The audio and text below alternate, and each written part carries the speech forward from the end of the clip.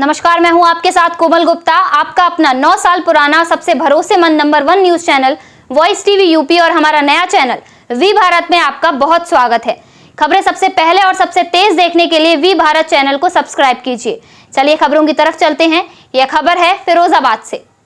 फिरोजाबाद में विगत लगभग 2 सप्ताह पूर्व एमबीबीएस के छात्र ने डिप्रेशन के चलते आत्महत्या कर ली थी, तो वहीं पुलिस ने 5 लोगों पर मुकदमा भी कायम किया था, लेकिन अभी तक किसी की गिरफ्तारी नहीं हुई है, जिसके चलते एमबीबीएस के छात्र मृतक शैलेंद्र कुमार के परिजन लगातार न्याय के लिए दर-दर भटक रहे थे। लिहाजा अंत में आकर छात्र के परिजनों ने शांतिप्रिय सत्याग्रह करने का निर्णय लिया और फिरोजाबाद के सुभाष चौराहे पर धरने पर बैठ गए। आज धरने का चौथा दिन है। पीड़ित परिवार को सांत्वना देने के लिए नगर के पूर्व विधायक अजीम भाई लगातार धरना स्थल पर पहुंच रहे हैं। आज मृतक शैलेंद्र के पिता ने नगर विधायक पर गंभीर आरोप लगाए।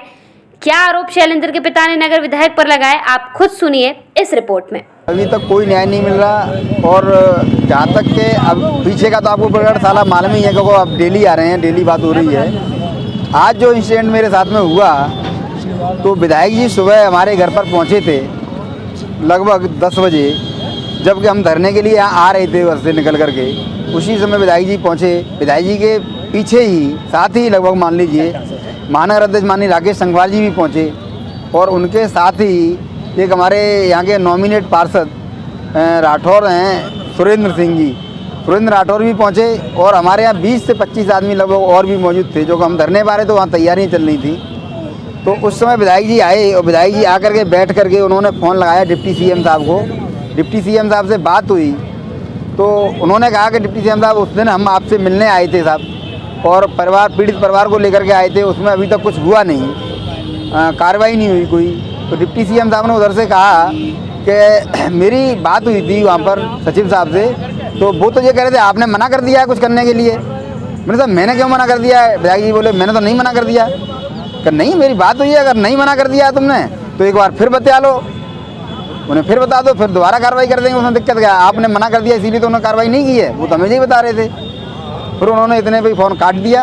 फ़ोन काट करके दोबारा वहाँ मैंने बात करी, सचिव साहब से फ़ोन लगाया, सचिव साहब से बात कही तो सचिव साहब बोले कि आप चाहते क्या हैं हमें ये बताओ। उन्होंने कहा हम ये चाहते हैं यहाँ से ये लोग हट जाएँ। उन्होंने फिर भी ये नहीं कहा कि ये लोग सस्पेंड हो जाएँ या इनका कोई उस तरह का हो जाए। फिर भी वो यही बोले कि यहाँ से इन्हें मतलब उनकी भाषा यही थी कि उन्हें छुट्टी पे भेज दो, इनके खिलाफ़ कोई कार्रवाई मत करो। विधायक जी कहीं ना कहीं उन लोगों का बचाव कर रहे हैं, मेरा मानना ये है। और ये बात खुल करके आ गई कि वो डिप्टी सीएम साहब के मुंह से आई है, उन्होंने खुद कहा कि आप मना करके गए थे इसलिए कोई कार्रवाई नहीं हुई है। आज चौथा दिन है। शैलेंद्र संघवार जो एमबीबीएस के प्रथम वर्ष में थे, उनके पिताजी लगातार चौथे दिन धरना प्रदर्शन में बैठे हुए हैं। उनको न्याय नहीं मिल रहा है।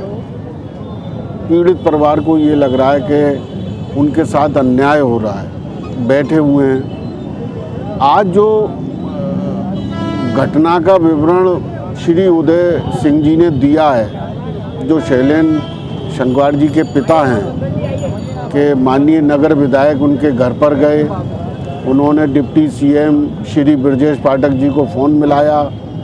ब्रजेश पाठक जी से उन्होंने कार्रवाई करने के लिए कहा। विधायक जी ने, डिप्टी सीएम साहब ने ये कहा कि आपने ही तो कार्रवाई के लिए मना कर दिया है।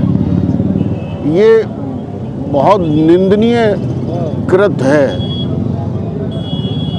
आज की घटना से ये साबित हो गया है कि माननीय विधायक जी दोषियों के साथ खड़े हुए हैं, पीड़ित पक्ष के साथ नहीं खड़े हुए हैं। शैलेंद्र के पिताजी श्री उदय सिंह जी का तो सीधा सीधा आरोप है कि उनके बच्चे ने आत्महत्या नहीं की बल्कि उसकी हत्या की गई है। उन्होंने एफआईआर भी दर्ज करवाई, उस पर कोई कार्रवाई नहीं हुई।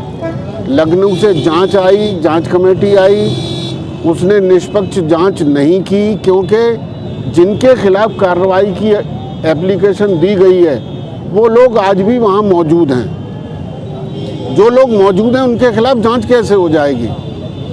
मैं इस कुल मिलाकर अपनी पार्टी की तरफ से कल हमने ज्ञापन भी दिया जिलाधिकारी फिरोजाबाद को, बहुजन समाज पार्टी की तरफ से, और मुख्य रूप से 3 मांगे रखी। एक तो निष्पक्ष जांच हो और दोषियों के खिलाफ कड़ी से कड़ी कार्रवाई होनी चाहिए। दूसरा, पीड़ित परिवार में से किसी एक को सरकारी नौकरी मिलनी चाहिए। तीसरा, 50 लाख रुपया मुआवजे के तौर पर परिवार को मिलना चाहिए।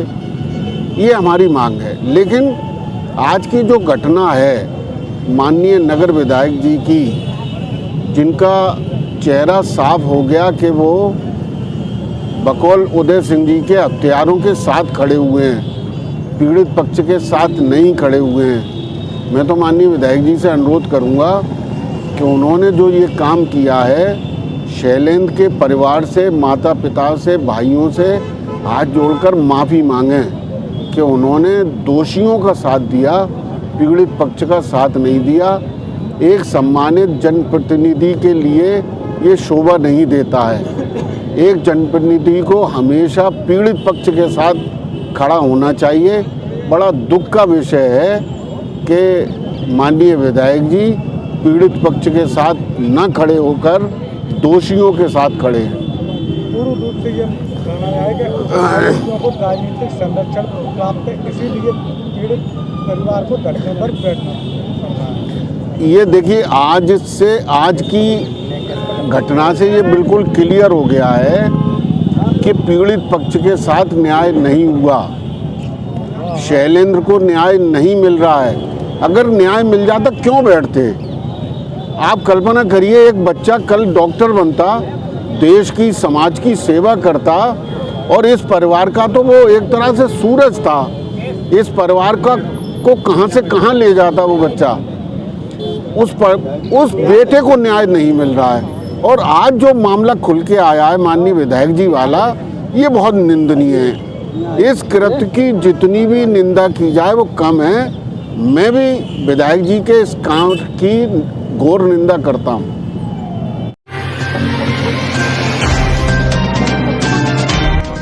तो दीदी कहाँ हो तुम? अपॉइंटमेंट के लिए लेट हो रहा है, तो जल्दी करो।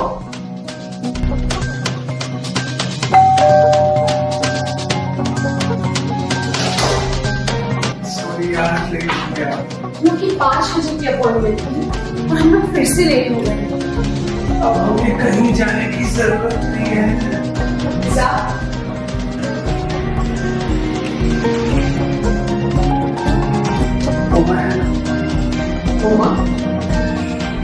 माँ बनना दुनिया का एक खूबसूरत एहसास है। इसका ख्याल रखने के लिए 9 महीने आपको कंप्लीट केयर देने के लिए आ गया है उम्मा प्रेगनेंसी केयर। उम्मा आपका और आपके बच्चे का पूरा ख्याल रखेगा। आप घर बैठे भी हमें संपर्क कर सकते हैं। 24/7 आपकी सुविधा, हमारी संतुष्टि। बस कॉल कीजिए 8954 000 174 पर। देखा, मैंने कहा था।